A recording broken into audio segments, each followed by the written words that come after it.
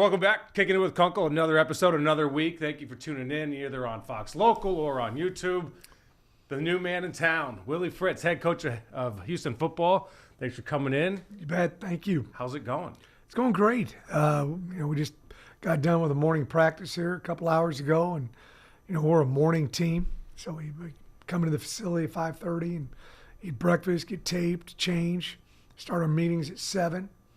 And then we practice from 8:30 to about 10:30. So we had a good active practice this morning. The one thing I take away from your practices are money, money, money, money. Well, we do that on third down. It's not any political deal. I just want to make sure I tell that. But it's we do that right before third down. Yeah. Just make sure our kids understand the importance of third down. We do it before fourth down.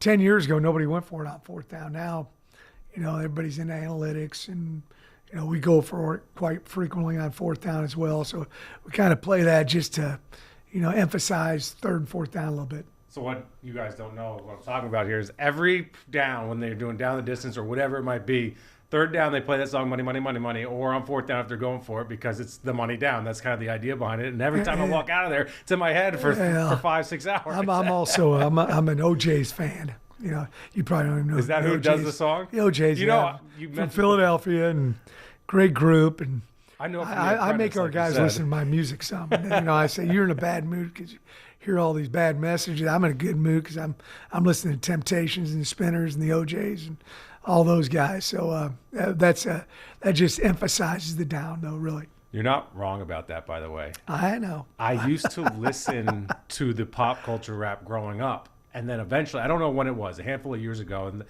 I was like, this is like angry music. And then I get angry, and then I get aggressive on the road in particular, and that's not good, especially in Houston.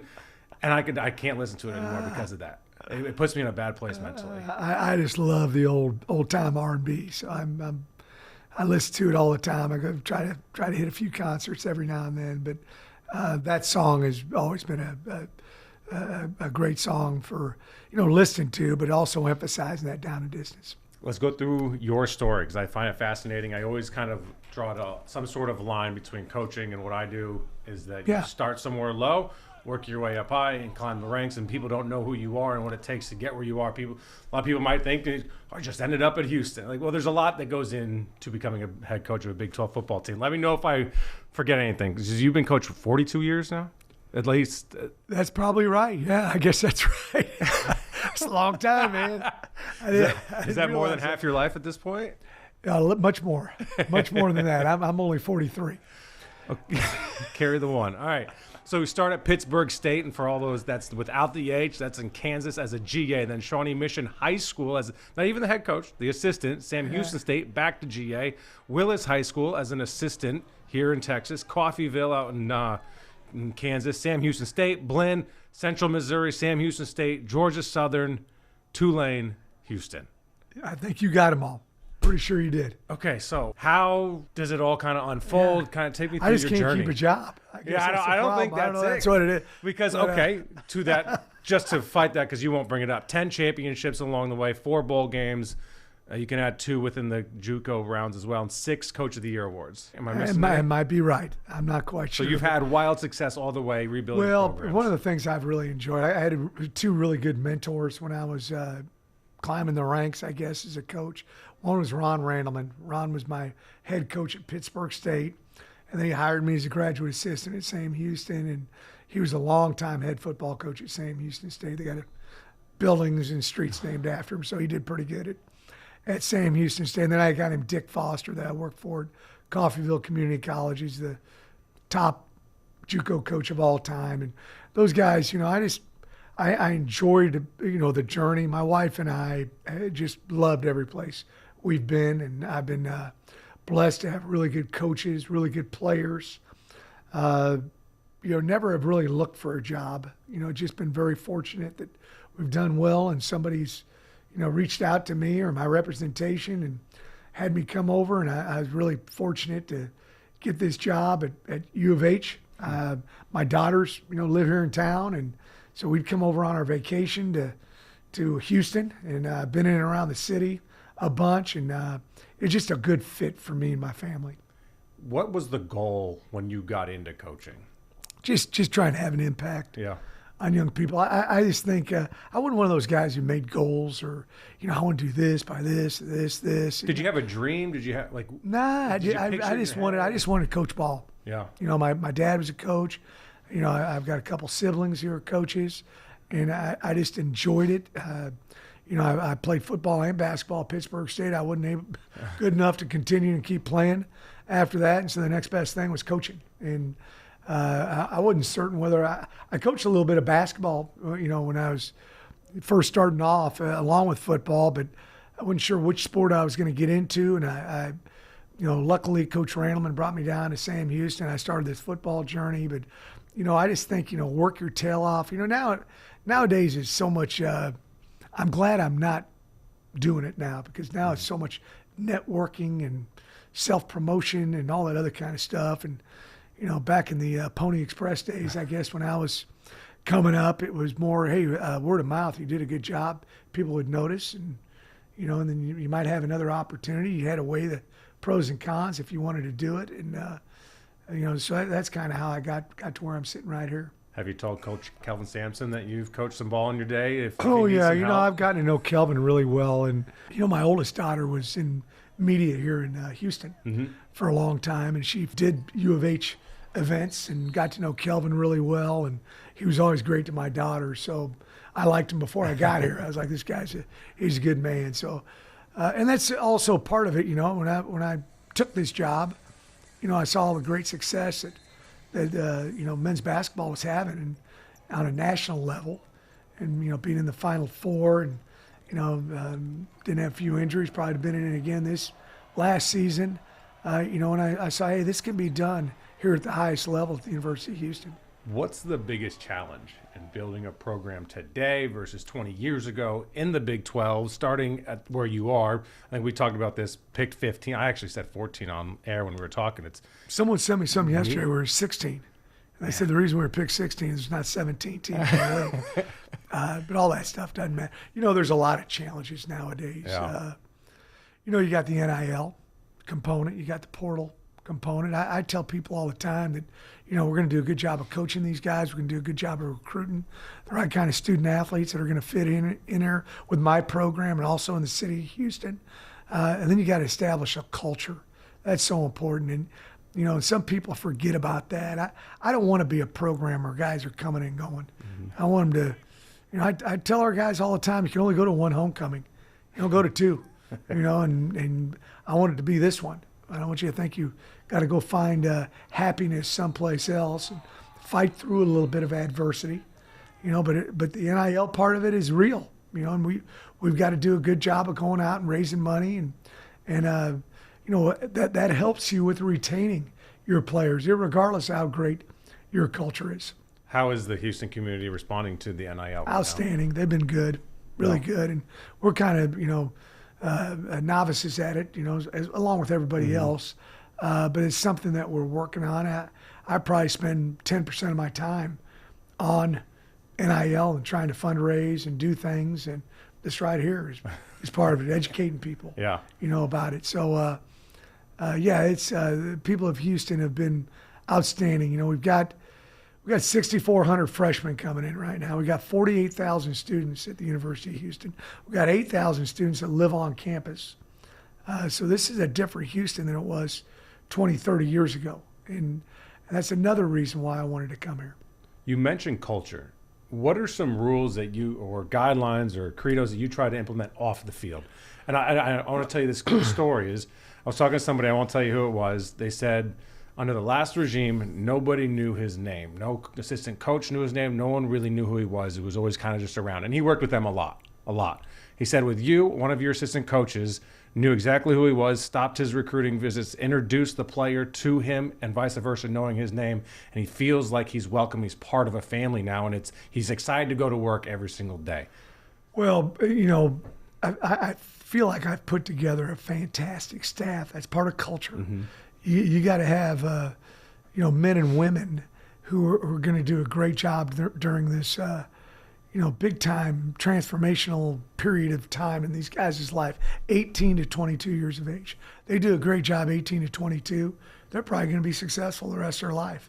They have a setback, sometimes it's hard to overcome. So I want to be a positive role model and mentor to our guys on a daily basis. You know, I want them to see me being a good husband, a good father, and a good coach and friend. And that's not to say we sit around, hold hands, and sing Kumbaya, you know, all day. If I got to get after somebody, I get after them.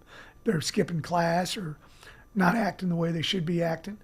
And, you know, hey, some kids, they enjoy that. Some parents, they enjoy it. Some maybe that's not their cup of tea, you know. But I'm just very, very blessed to have a fantastic staff. And they, you know, they're an extension of the head coach. And they help, you know, get that culture where you want it to be. Is there anything that you implement off the field? Like everyone must say yes or no, sir. Everyone must say thank you, hold the door, or anything, you know, anything of that realm that, you know, you implement? The thing is, I'm just around the guys every day, and my coaches are around the guys every day, and it's consistency, you know, day after day after day after day, and some people can't do that. You know, they're up and down, and they act differently, you know. If it's a Monday as opposed to a Friday, or if they've got pressure involved with them. And you know, I pride myself in the fact I never go a day where I don't hear from one of my former players. And I've been coaching a long time, you know, and I got some guys that will call me up, and, you know, my wife will say, boy, he's really grown up. I said, honey, he's 49 years old. You know, we coached him a long time ago. You know, but those are the kind of relationships that you want to have. That's why I got into coaching. I had great relationships with my coaches.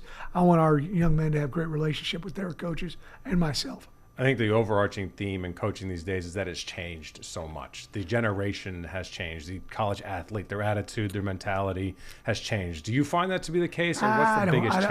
I don't really buy into that. I think if you're honest and real and you're consistent every day, all right, and, you know, if I go off the handle for no reason, I don't blame a guy for not wanting to be around me. But if you tell them these are our values, this is what we're going to do. If you don't do it this way, there's a price to pay. If you do it that way, fantastic. And you know, our guys understand that. I've had very few issues since I've been here, and I think part of that is honesty. I mean, I've always, like, when you create a relationship with a player, you can get in there and you can tear them apart when they mess up, because they know it's coming from a place of love and a place of trust. And that's how you can build a culture and you can build a system, and that's how you get there. What do you tell these guys now? Because a lot of them are new, a lot of people left. Like, trust me, because at some point, right, you're going to have troubles and you're going to have struggles. At the same time, you've done this before. How do you gain their trust? You know, I told them all that, you know, we've got to establish a relationship. It takes a long time to establish a relationship. And, you know, I said, guys, I'm going to treat you like you've been doing everything right. All right? And you act like a good guy, I'm going to think you're a good guy. You know, you act like a turd, I'm going to think you're a turd. You know, I told them that, and they all appreciated that, and they all started with a clean slate. And by and large, they've just been fantastic. You know, something else, too, that I think, you know, I was talking to somebody about it. Number one, it's recruiting people with high character, but the state of Texas is different. They've been in structured environments, you know, in their high school.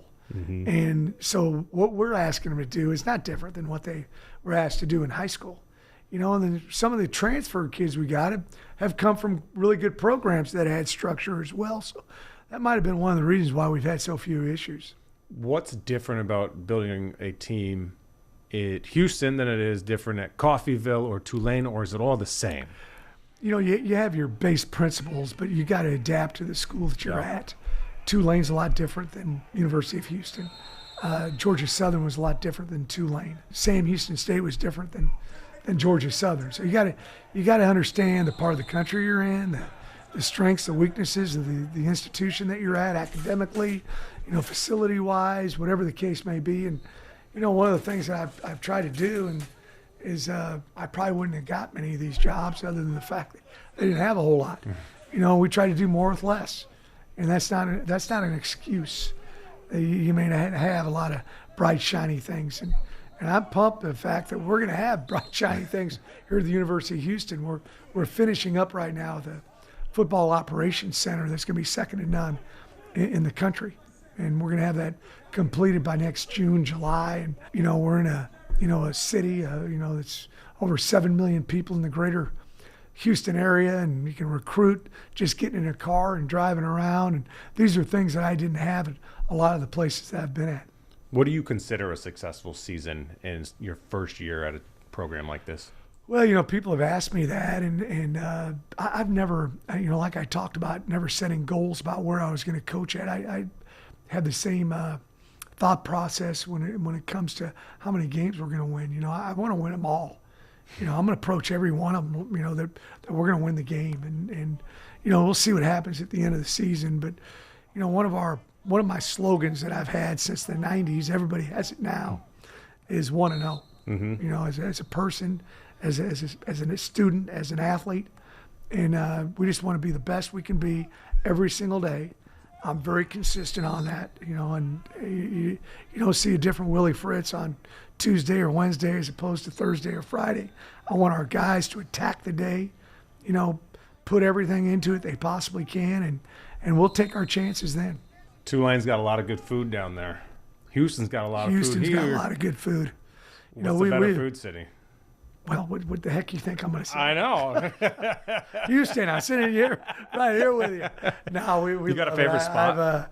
That's not a sponsor. I better be careful with that because I got a lot of sponsors. But there's, I've ate here, for years and years and years and years, and recruiting the city, coming and visiting my daughters. So we have a few spots that are our favorites. What's your favorite type of food around here?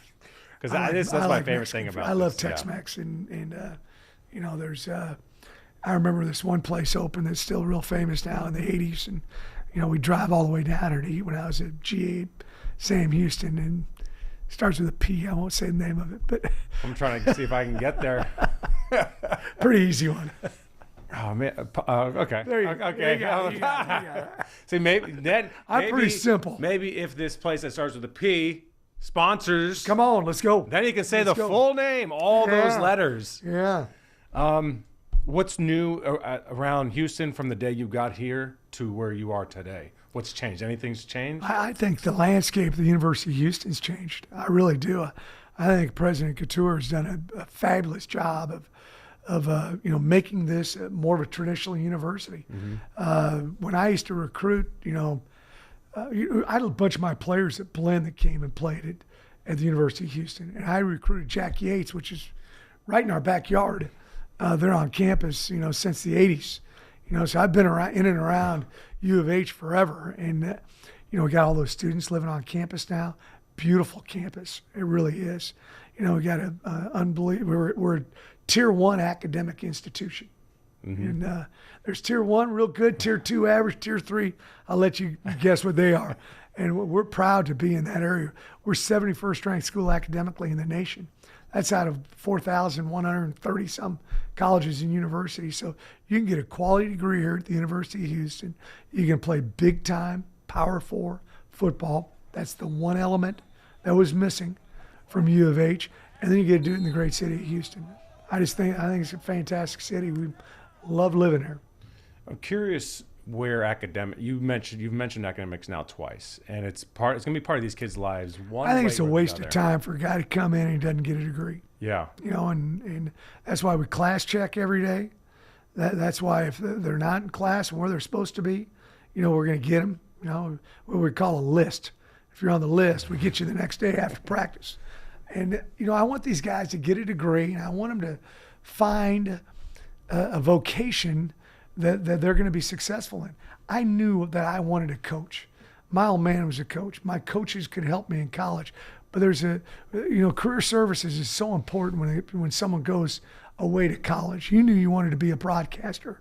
I assume you did. I didn't know anything, but I figured it out in college. Figured it out. I was going to be an engineer, and then I was going to go to Wall Street, and then I didn't know what to do, and I played baseball, and I wasn't good enough. And I was like, well, I might as well talk about it and tell people else about it. So we're trying to do a great job of helping these guys find that first job, because if you get a good first job, you're going to get a great second job and a fantastic third job, and you're off and running. Career, a real career. And That's important to me. I've seen it happen to so many athletes before. They get this degree, they get done playing, and they have no place to go. And that's part of my job is to help them find that place to go.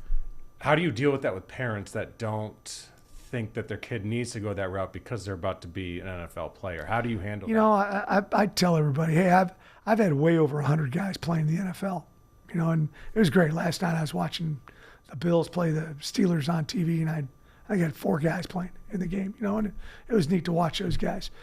So I've had way over 100, I don't know, 150 maybe, guys playing in the NFL. I've coached thousands and thousands of guys, all right? So it's hard. It's difficult, to make a living. And if you do make a living, I've only had maybe a handful of guys that have played in the NFL for the amount of time you got to play in the NFL who didn't have to work the rest of their life. All of them got a job someplace after they got done. So, let's have a parallel plan. Let's strive to. I want them to aspire to play in the NFL. If they didn't want to do that, then we're going to be an average football team at best. But also, let's find, what is it that you're going to do the next 40 years of your life?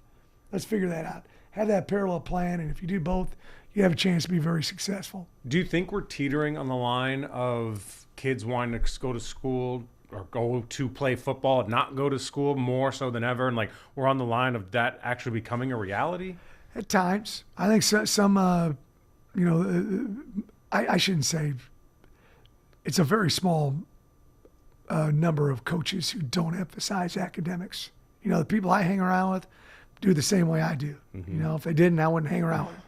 But, we need to make sure that the value in the age of NIL and being on TV and all this other kind of stuff, the value of getting a college education is huge, and we promote that every day in our program.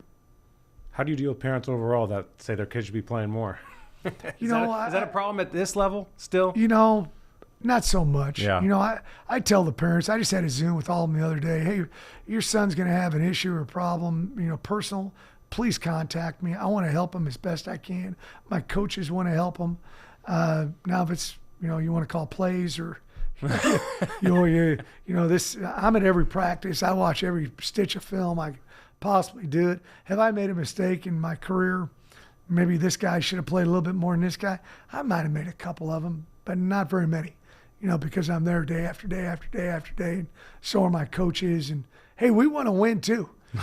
So we're gonna play those dudes that we think can do it. And that's one of the things that's going to happen this year for me here at the University of Houston. We're going to play a lot of guys early because we got a lot of competition going right now. And you can go out there, you have some guys that are practice heroes. And you want the guys that are practice heroes and game heroes. So we're going to play a lot of guys early, and that'll really establish who's going to be playing the majority of the reps. How eager are they to hit somebody else at this point? Good. I think they're really very eager to. They've there's been a long camp. Yeah. And we needed to play catch up because we're a new staff and new team, and a lot of the guys didn't join us until this summer. So we used every second available over the last 16 practices to get us, caught up to where we need to be.